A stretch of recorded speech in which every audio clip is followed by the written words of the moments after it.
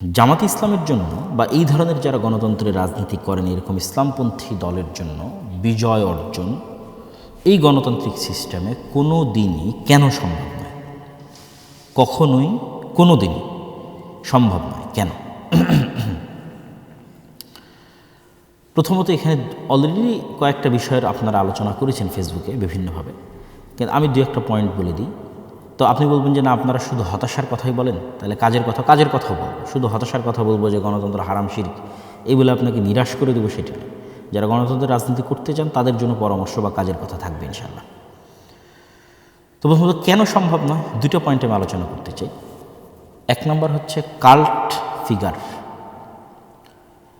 একজন ব্যক্তিকে charismatic leadership মেনে তার অধীনে জোয়ার তৈরি করা। ক্যারিশমাটিক লিডারশিপ ছাড়া পৃথিবীতে শুধু গণতান্ত্রিক রাজনীতি নয়, কোনো বিপ্লবী কোনোদিন সাকসেসফুল হয়নি।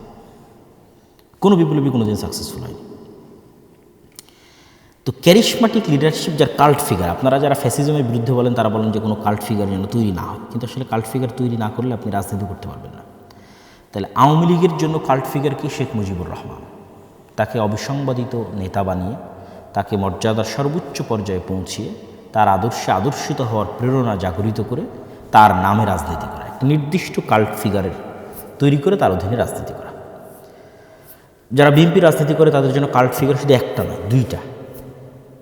প্রেসিডেন্ট জিয়াউর রহমান, মরহুম প্রেসিডেন্ট, এবং বেগম খালেদা জিয়া। আমরা আল্লাহ সুবহানাহু ওয়া তাআলার নিকটে দোয়া করি আমাদের অতীতে চলে যাওয়া যারা রাজনীতিবিদ ছিলেন তাদের সকলের কোনো অকল্যাণ থাকলে আল্লাহ সেটি ক্ষমা করুক এবং তাদেরকে জান্নাতবাসী করুক।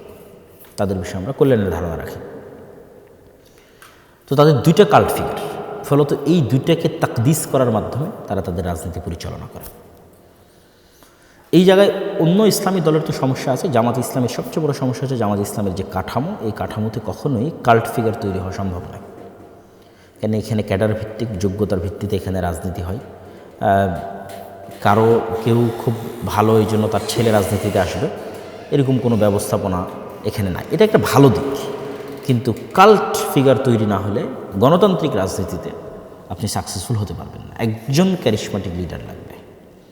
যেমন এখন এনসিপির যারা রাজনীতি করতেছে তাদের মধ্যেও কিন্তু এখন পর্যন্ত কোনো একজন ক্যারিশমাটিক লিডার তৈরি হয়ে ওঠেনি যে সেই একজনের অধীনে সারা দেশের মানুষ একত্রিত হবে। আপনি যে কোনো বিপ্লব পৃথিবীতে দেখেন, পাকিস্তানের ইমরান খানের দিকে দেখেন অথবা ইরানের আয়াতুল্লাহ আল খামিনির দিকে দেখেন, যেখানেই দেখেন সেখানে একজনকে সবচেয়ে মহান এবং বড় করে তো তুলে ধরা হয় এবং তার পিছনে মানুষ একত্রিত হয়। এই জুলাইয়ের যে এটিকে আপনারা গণ অভ্যুত্থান বলতেছেন, এটি বিপ্লবে পরিণত না হওয়ার সবচেয়ে বড় আরেকটি কারণ হচ্ছে এই জুলাই একক কোনো নেতা ছিল না। যদি একক নেতা থাকতো এবং একক আদর্শে আদর্শিত বিশাল কর্মী বাহিনী থাকতো, তাহলে ওইটা কিন্তু অভ্যুত্থান না হয়ে বিপ্লবে পরিণত হয়ে যেত। এবং আজকে কিন্তু আপনাকে আবার নির্বাচন দেওয়া লাগতো না। যেমন আহমদ আশ-শারাকি নির্বাচন দিচ্ছে, আর অন্তর্বর্তীকালীন সরকারি 5 বছর 6 বছর দেশ পরিচালনা করতেছে। কেন? এখানে একক নেতৃত্বের অধীনে সবাই একত্রিত হয়েছে এবং তার প্রতি আস্থা রেখে, ঠিক আছে, তার অধীনে তার আদর্শে আদর্শিত হয়ে একদল কর্মী বাহিনী তৈরি হয়েছে। তাহলে যারা ইসলামের নামে রাজনীতি করতেছেন তাদের তো কোনো কাল্ট ফিগার নাই, আবার তারা শত মত আর দলে বিভক্ত, কত ফতোয়া তার হিসাব নাই। এর কাছে ও বিভ্রান্ত, ওর কাছে ও ভ্রান্ত, ওর কাছে ও বেদাতি, ওর কাছে ও শিরক।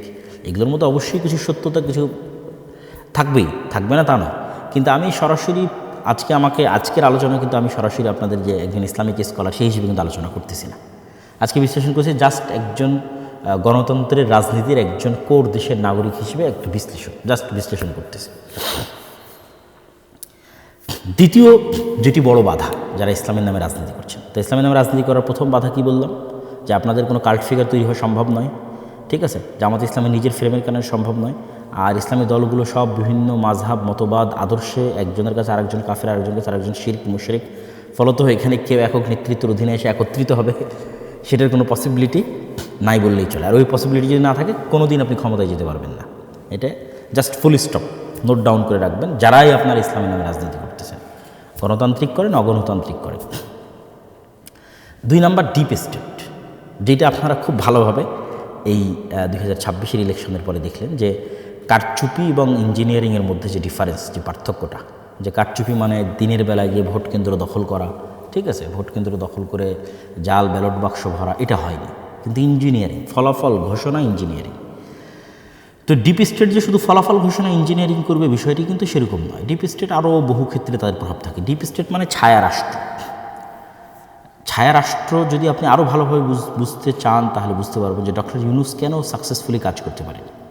কেন বাংলাদেশের যে ডিপ স্টেট এইটা তাকে সাকসেসফুলি কাজ করতে দেয় না। প্রতিটা রাষ্ট্রের ডিপ স্টেট থাকে, আমেরিকারও ডিপ স্টেট আছে।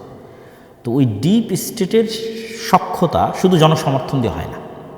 যেটা আমি বহুবার বলেছি যে আপনাদের 16 কোটি মানুষের ভোটের মূল্য প্রথম আলোর কাছে একটা খড়ের টুকরাও নয়। এই কথাটা আপনারা আমার বহু বক্তব্য শুনেছেন। কেন বলেছি এটা? কেন প্রথম আলো হচ্ছে ডিপ স্টেটের পার্ট, ঠিক আছে? তো এই জিনিসটা আপনাকে বুঝতে হবে যে ডিপ স্টেট মানে আপনারা সব 16 কোটি মানুষ ভোট দিয়ে দিলেন আর ডিপ স্টেট পরিবর্তন হয়ে গেল, এটা কিন্তু না। ডিপ স্টেট মানে বহু বাইরের এমবেসি, তাদের সাথে যোগাযোগ, দেশের মধ্যেকার অসংখ্য প্রতিষ্ঠান যেমন আর্মি, সেনাবাহিনী, ঠিক আছে, এস্টাবলিশমেন্টের মধ্যে যারা আছে বড় বড় ব্যবসায়ী, এর মধ্যে মাফিয়ারাও থাকে, ঠিক আছে। এক কথা স্থায়ীভাবে যারা দেশের স্টেক হোল্ডার, বড় বড় শক্তিশালী প্রতিষ্ঠান, মিডিয়া হতে পারে, তো তাদের যতক্ষণ আপনি আস্থা অর্জন না করতে পারবেন বহির্বিশ্বের সেনাবাহিনীর, দেশের অভ্যন্তরের শক্তিশালী প্রতিষ্ঠানের, ততক্ষণ 16 কোটি মানুষ ভোট দিলেও আপনি ক্ষমতা আসতে পারবেন না। এটা গণতন্ত্রের নিয়ম, গণতন্ত্রের একটা সিস্টেম। আপনাকে আসতে দেওয়া হবে না। এই সিস্টেম, এই কাঠামো যতদিন থাকবে ততদিন এটাই ঘটবে। তাহলে আপনাকে আস্থা অর্জন করতে হবে তাদের। তো সেক্ষেত্রে এখন আপনি বলবেন যে ভাই আপনি তো শুধু হতাশ করেন গণতন্ত্রের বিষয়, তাহলে যারা গণতন্ত্রের রাজনীতি করতে চায় তাদের কি কোনো আশার জায়গা নাই? আছে। যারা গণতন্ত্রের রাজনীতি করতে যান তাদের জন্য আজকে আমি নিরেট একদম খালেস অন্তরে একটা পরামর্শ দিই। গণতন্ত্রের রাজনীতি করেন, ইসলামের নামে গণতন্ত্রের রাজনীতি করলে কোনো দিন সাকসেসফুল হতে পারবেন না। ইসলামকে শুধু দাওয়ার জায়গায় রাখেন, শুধু দাওয়াতের জায়গায় রাখেন। এবার রাজনীতি করেন, আপনি বলবেন তাহলে তো আপনি ইসলামকে রাজনীতি থেকে দূরে করে দেবেন। দূরে করতেছি না, আপনি তো মুসলমান। যারা বিএনপির জয়লাভ করলো তাদের মধ্যে কয়জন হিন্দু আছে? আপনি খুঁজে দেখেন, দেখি কয়জন হিন্দু আছে। জামাতের তো একজন হিন্দু ছিল। তাহলে বিএনপির যতজন বিজয় লাভ করলো তাদের 99% মুসলমান। শুধু কি মুসলমান, আমি এমন 2-1জনকে চিনি যারা 5 ওয়াক্ত সালাত আদায় করে, 5 ওয়াক্ত সালাত জামাতের সাথে আদায় করে, অন্য মানে গণতন্ত্র বাদে অন্য আর সকল বিষয়ে সর্বোচ্চ বিশুদ্ধ আকীদা লালন করে, ঠিক আছে। এরকম অসংখ্য জনকে আমি চিনি যারা এই নির্বাচনে যারা জয়লাভ করে এসেছে বিএনপি থেকে। তাহলে আমি কি বলতেছি, আপনি গণতান্ত্রিক রাজনীতি করতে পারবেন, কিন্তু ইসলামের নামে রাজনীতি করে আপনি রাষ্ট্র ক্ষমতায় যেতে পারবেন না। তার 1 নম্বর পয়েন্ট আগে বলেছি, কেন আপনি কাল্ট ফিগার তৈরি করতে পারবেন না, সকল ইসলামপন্থীকে একত্রিত করতে পারবেন না। 2 নম্বর পয়েন্ট বলেছি, আপনি কখনো ডিপ স্টেটের আস্থা অর্জন করতে পারবেন না। ফলত ইসলামের নামে রাজনীতি করে, মানে গণতান্ত্রিক রাজনীতি করে আপনি কখনো ইসলামের নামে ক্ষমতায় যেতে পারবেন না। এটা ফুল স্টপ। তাহলে আপনি তো মুসলমান, আপনি রাজনীতি করতে পারেন। আপনি জাস্ট ইসলামের আদর্শকে নিজের মধ্যে ধারণ করার চেষ্টা করবেন। এই গণতান্ত্রিক সিস্টেমের মধ্যে থেকে যতটুকু রাষ্ট্রের উপকার করা যায়, যতটুকু ন্যায় এবং ইনসাফ প্রতিষ্ঠা করা যায়, ততটুকু প্রতিষ্ঠা করার জন্য চেষ্টা করবেন। সেই রাজনীতি আপনি করবেন। যেমন অনেকেই আওয়ামী লীগের তুলনায় বিএনপিকে ভালো মনে করতেন, যে তারা হয়তো ইসলাম পন্থাকে ধারণ করে, তথা একজন মুসলিম এর যে আদর্শ সেটিকে ধারণ করে, তারা টুকটাক ধর্মীয় মূল্যবোধকে ধারণ করে তারা রাজনীতি করে। যে রাজনীতি আপনারা এরদোগানের দেখতেছেন, যেই রাজনীতি আপনারা ইমরান খানের দেখতেছেন, যেই রাজনীতি আপনারা মালয়েশিয়াতে দেখতেছেন, এগুলো পূর্ণাঙ্গ ইসলামী রাজনীতি নয়। তো এগুলোকে আপনি একটাকেও পূর্ণাঙ্গ ইসলামী রাজনীতি বলতে পারবেন না। এগুলো কি রাজনীতি? এগুলো হচ্ছে ইসলামী ভাবধারায় উজ্জীবিত হয়ে একদল মুসলমানের রাজনীতি। যে মুসলমান পূর্ণাঙ্গ মুমিন নয়, সে ফাসেক মুমিন হতে পারে, ঠিক আছে, তার অন্য কোনো ত্রুটি থাকতে পারে, কিন্তু সে সরাসরি ইসলাম বিরোধী বিদ্বেষী কোনো আইন হোক এটা সে চায় না। আপনাকে আরও ক্লিয়ার করি, মুসলিম লীগের রাজনীতি কী ছিল? মুসলিম লীগকে আলেম ওলামাদের দল ছিল নাকি? মুসলিম লীগের মিস্টার জিন্নার বিরুদ্ধে যে পরিমাণ আলেম ওলামা ফতোয়া দিয়েছে ওই সময় 46-47-এর সময়, যে পরিমাণ আলেম ওলামা ফতোয়া দিয়েছে, এই এখনও সে পরিমাণ আলেম ওলামা এই যারা ইসলামপন্থী নামে রাজনীতি তাদের নামে ফতোয়া দেয়নি। আপনি খুলে দেখেন, মুসলিম লীগের সব জেনারেল পড়ুয়া সাধারণ মুসলমান ছেলেমেয়ে ছিল। 2-1জন আলেম ওলামা পরবর্তীতে যুক্ত হয়েছে মিস্টার জিন্নার কথা প্রভাব। মিস্টার জিন্নাও আলেম না, আল্লামা ইকবালও আলেম না, এরা জেনারেল শিক্ষিত পড়ুয়া ছাত্র। এরা কী চাইছে? এরা চাইছে মুসলমানরা যেন স্বাধীন মতো বাস করতে পারে। কিন্তু ইসলামী রাষ্ট্র, পূর্ণাঙ্গ ইসলামী রাষ্ট্র কিন্তু তারা চায়নি, প্রতিষ্ঠিতও কিন্তু তারা করতে পারেনি। তারা কিছু মুসলমানরা যেন আলাদাভাবে স্বাধীনভাবে বসবাস করতে পারে। তো সেই রাজনীতিতে এখনও আছে, সেই রাজনীতি বাংলাদেশে এখনও আছে। এই যে জামাত ইসলামকে যারা, জামাত ইসলামের যে জোট, এই জোটকে যারা ভোট দিয়েছে, জামাত এনসিপির জোটকে, আপনি নিশ্চিত থাকেন এটা মুসলিম লীগের ভোট ব্যাংক। তথা 1947 যারা মুসলমানদের আলাদা দেশের জন্য ভোট দিয়েছিল, এরাই এই 2026 এসে বিভক্ত হয়ে কিছু বিএনপিকে ভোট দিয়েছে, কিছু জামাত এনসিপিকে ভোট দিয়েছে। এটা মুসলিম লীগেরই ভোট ব্যাংক। এবং শেখ মুজিবুর রহমান নিজেও কিন্তু মুসলিম লীগ করতেন, তারপর আওয়ামী মুসলিম লীগ। তো আপনাকে মাথায় রাখতে হবে কি, যে আপনি যদি বাংলাদেশে রাজনীতি করতে চান, আপনি ইসলামের নামে রাজনীতি করে, গণতান্ত্রিক ইসলামের নামে গণতান্ত্রিক রাজনীতি করে ক্ষমতায় আসতে পারবেন না। আপনাকে কিসের রাজনীতি করতে হবে?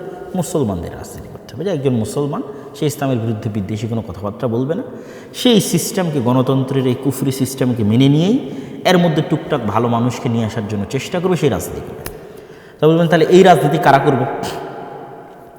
দেখেন, আমি যে তত্ত্বের কথা বলতেছি, এই তত্ত্ব যে সঠিক তত্ত্ব তার প্রমাণ ভারতই আছে।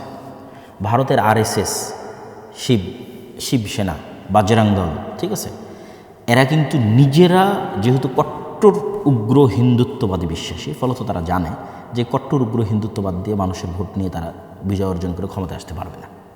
তখন RSS, শিবসেনা, বাজরাং তারা কী করেছে? তারা তাদের মডারেট হিন্দুদের দিয়ে আরেকটা নতুন রাজনৈতিক দল তৈরি করেছে, তার নাম বিজেপি। বিজেপি একটা রাজনৈতিক দল, এইটা সরাসরি উগ্র হিন্দুত্ববাদ তার মেইন মতাদর্শের মধ্যে আছে লিখিতভাবে, এরকম নয়, বরং তারা RSS কর্তৃক নিয়ন্ত্রিত হয়। RSS কট্টর উগ্রবাদ, তারা বাজরং দল, শিবসেনা কর্তৃক নিয়ন্ত্রিত, তারা কট্টর উগ্রবাদ। কিন্তু বিজেপি তারা সাধারণ হিন্দু, খুব যে হিন্দু ধর্মকে খুব ভালোভাবে মেনে চলে, খুব আল্লাহ মানে তাদের হিন্দু ধর্মের দিক থেকে খুব হিন্দু ধর্ম মেনে চলে, এরকম কিন্তু সতী সাধু এরকম কিন্তু নয়, ঠিক আছে। তো সেক্ষেত্রে এই যে জামাত ইসলাম সহ আর যারা ইসলামের নামে রাজনীতি করতেছে, সেটা ইসলামী আন্দোলন বাংলাদেশের চরমনাই হোক, সেইটা জমিয়তে কি যেন ওলামা ইসলাম একটা আছে, আর অনেক ইসলামের নামে যারা রাজনীতি করতেছে বাংলাদেশে, তাদের সকলের উচিত হবে তারা এরকম সাধারণ জেনারেল শিক্ষিত মুসলমান সন্তানদের দিয়ে একটা রাজনৈতিক দল তৈরি করবে। যেই কাজটা বিএনপি তাদেরকে অতীতে করে দিত, তারা যদি মনে করে যে এখন বিএনপি ছাড়াও তাদের এরকম একটা রাজনৈতিক দলের দরকার আছে, তাহলে এরকম একটা তারা সাধারণ মুসলমানদের এরকম একটা রাজনৈতিক দল তৈরি করবে, যেমন এনসিপি হতে পারে সেই রাজনৈতিক দল, যারা সরাসরি ইসলামী রাষ্ট্র প্রতিষ্ঠার রাজনীতি করবে, কিন্তু এই দেশের মুসলমানদের, স্বাভাবিক মুসলমানদের যে অধিকার রক্ষার কথা সেটা বলবে, যেমন ওসমান হাদি করত, যেমন আমাদের জুলাইয়ের যে ছেলেমেয়েরা তারা করতেছে। এই ধরনের ছেলে মেয়েদেরকে যদি আপনি এগিয়ে দেন, তাহলে এরা হচ্ছে একটা কাল্ট ফিগারও তৈরি করতে পারবে। কেন? যেহেতু সে সরাসরি ইসলামী নয়, ফলত এখানে ফতোয়া ফারেজ আসবে না, মাসলাক আসবে না, মতবাদ আসবে না, আদর্শ আসবে না, শিরক বেদাত আসবে না, মানে এইগুলো নিয়ে মুসলমানদের ইসলামী দলগুলোর মধ্যে যে গণ্ডগোল সেগুলো আসবে না, তাহলে কাল্ট ফিগার একটা তৈরি করতে পারবে।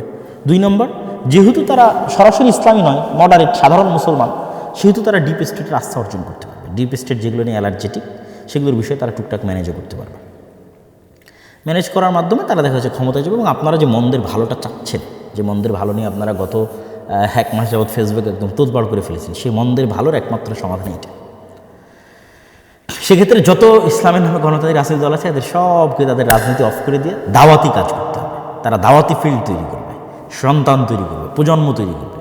আর ওই মুসলমানের সন্তানরা স্বাভাবিক, যতদিন অন্তত গণতান্ত্রিক সিস্টেম আছে ততদিন সেই গণতান্ত্রিক সিস্টেমে তারা রাজনীতি করবে। এটি গেল যারা গণতন্ত্রের মধ্যে দিয়ে ইসলামের রাজনীতি করতে চান তাদের জন্য পরামর্শ। যদি আপনাদের ভালো লাগে আপনারা পরামর্শ গ্রহণ করতে পারেন, আর না হলে আমি যেভাবে ফুল স্টপ দিয়েছি এটা আসলেই ফুল স্টপ।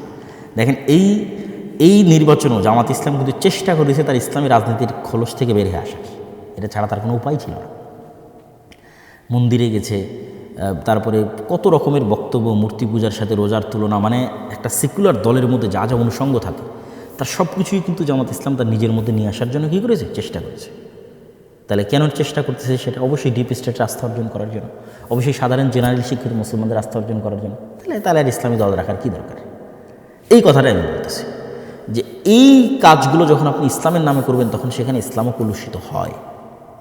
দেখেন, আমি এবারের নির্বাচনের পূর্বে 2024 যে নির্বাচন এবং 2026 নির্বাচন, এই 2 নির্বাচনে আমি দেশে ছিলাম।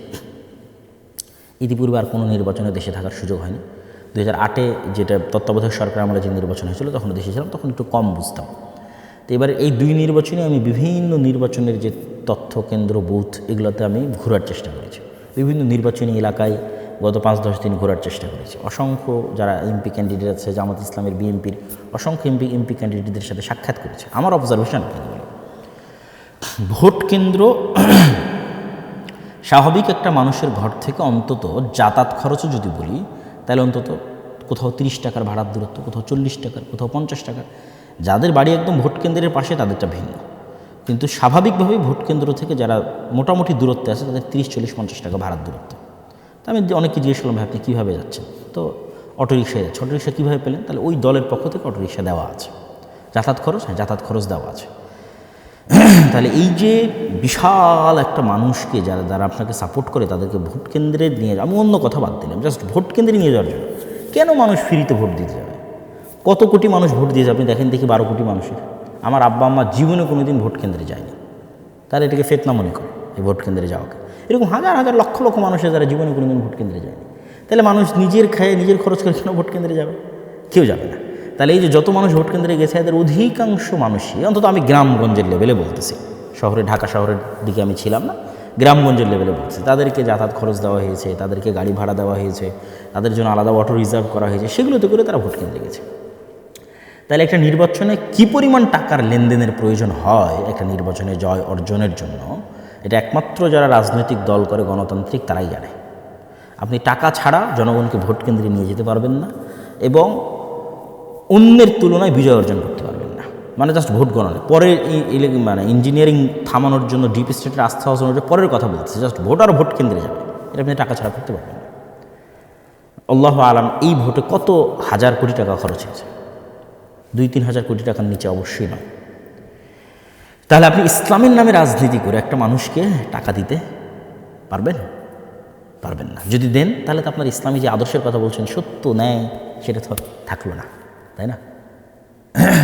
আল্লাহ সুবহানাহু ওয়া তাআলা ভালো জানে, যিনি সৈয়দপুর বিমানবন্দরে আটকা পড়েছিলেন তার কাছে সেই অর্থ কী বাবদ ছিল বা কী কারণে ছিল, কিন্তু এটি আলেম ওলামা হোক বা যারা ইসলামের নামে রাজনীতি করুক তাদের জন্য মানুষ হানিকর বা সম্মান হানিকর হয়েছে কিনা? অবশ্যই হয়েছে। তাহলে আপনি নিশ্চিত থাকেন গণতন্ত্রের এই সিস্টেমে আপনি যদি ইসলামের নামে রাজনীতি করতে চান আপনাকে মুনাফিক হয়ে যেতে। এই যে খতিবে বাঙ্গাল জুনায়েদ আল হাবিব সাহেব, আমি কারো নাম নিয়ে বলি না, আজকে তার নাম নিয়ে বললাম, তিনি কি পরিমাণ তার আত্মমর্যাদাকে ভুলুণ্ঠিত করেছেন বিভিন্ন কথা এবং বিভিন্ন বক্তব্যে, সেটা আপনারা খুব ভালোভাবে জানেন।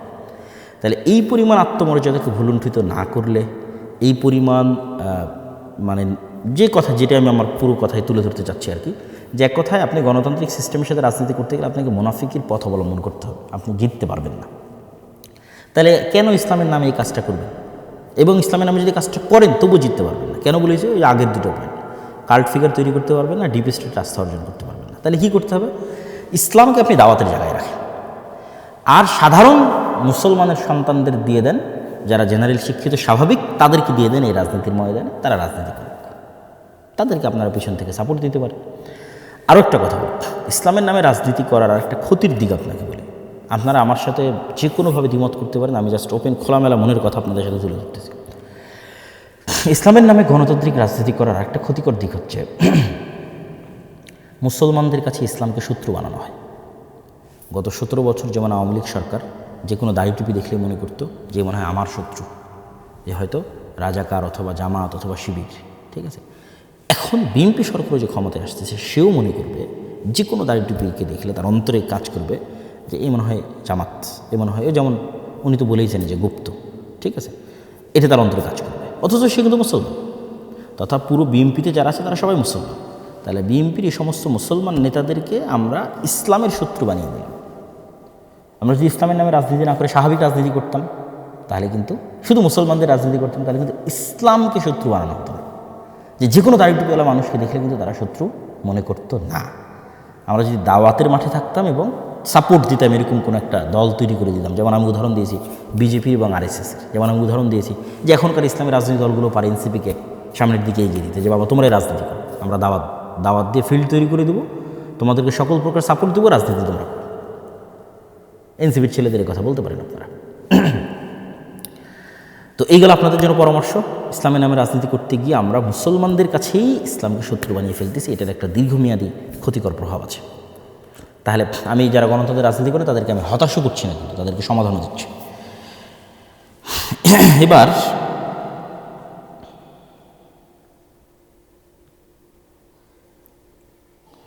যারা গণতন্ত্রের এই রাজনীতিকে পছন্দ করেন না, যেমন তার মধ্যে আমিও একজন, আমিও আমার বহু বক্তব্যে এই গণতান্ত্রিক সিস্টেমের কথা বহুবার তুলে ধরেছি, যেটির মধ্যে দিয়ে ইসলাম প্রতিষ্ঠা করা সম্ভব নয়। আজকে তো আরও বিস্তারিত ব্যাখ্যাসহ আপনাদের কাছে তুলে ধরলাম, এত খোলামেলা আলোচনা আমি অতীতে কখনো করিনি।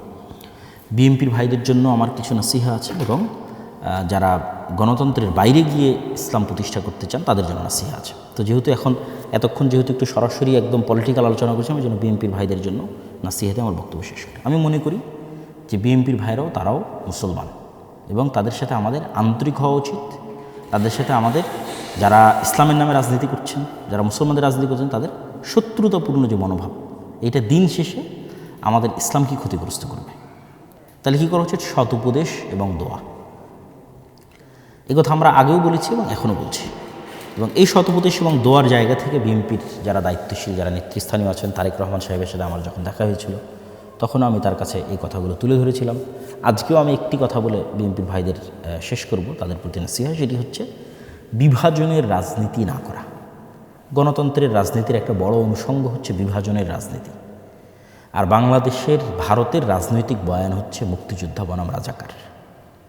অবশ্যই 47 যেমন আমাদের ইতিহাসের অন্যতম গুরুত্বপূর্ণ অংশ, 71 আমাদের ইতিহাসের অন্যতম গুরুত্বপূর্ণ অংশ, 24 আমাদের ইতিহাসের অন্যতম গুরুত্বপূর্ণ অংশ। কিন্তু এটিকে বেস বানিয়ে কারোর সাথে চিরন্তনভাবে শত্রুতা তৈরি করে রাখা, দেশেরই নাগরিকদের একটা অংশকে বৈষম্যের শিকার করা, এটা দেশকে ধ্বংস করে দেয়। তো অন্তত অতীতের সরকার যে ভুলগুলো করেছে, আপনারা সেই ভুলগুলো যদি না করেন, আপনারা যদি দেশের মধ্যে বিভাজনের রাজনীতি তৈরি না করেন, উদারতা দেখান, আশা করি যে আল্লাহ সুবহানাহু ওয়া তাআলা আপনাদের শাসনে কল্যাণ দিতে পারে।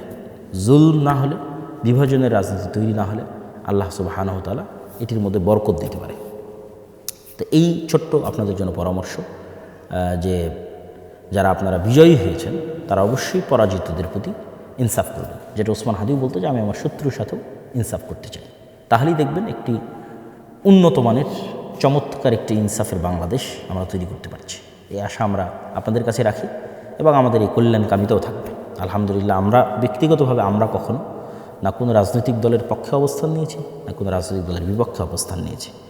আমরা সবসময় যেটা কোরআন এবং হাদিসের আলোকে সত্য এবং সঠিক মনে হয়েছে আমাদের কাছে, সেটি নাসিহা হিসেবে, তত্ত্ব হিসেবে, উপদেশ হিসেবে দেশ ও জাতির কাছে তুলে ধরেছি। এবং আমরা আমাদের জায়গায় কোরআন এবং হাদিস অনুযায়ী যেটি খেদমত করার প্রয়োজন মনে করেছি, আল্লাহ সুবহানাহু ওয়া তাআলার সন্তুষ্টির জন্য সেই খেদমত করছি এবং করে যাচ্ছি। এবার সর্বশেষ পয়েন্ট, যারা গণতন্ত্রের বাইরে গিয়ে ইসলামের বিজয় দেখতে চান, আপনাদের কাজ কী?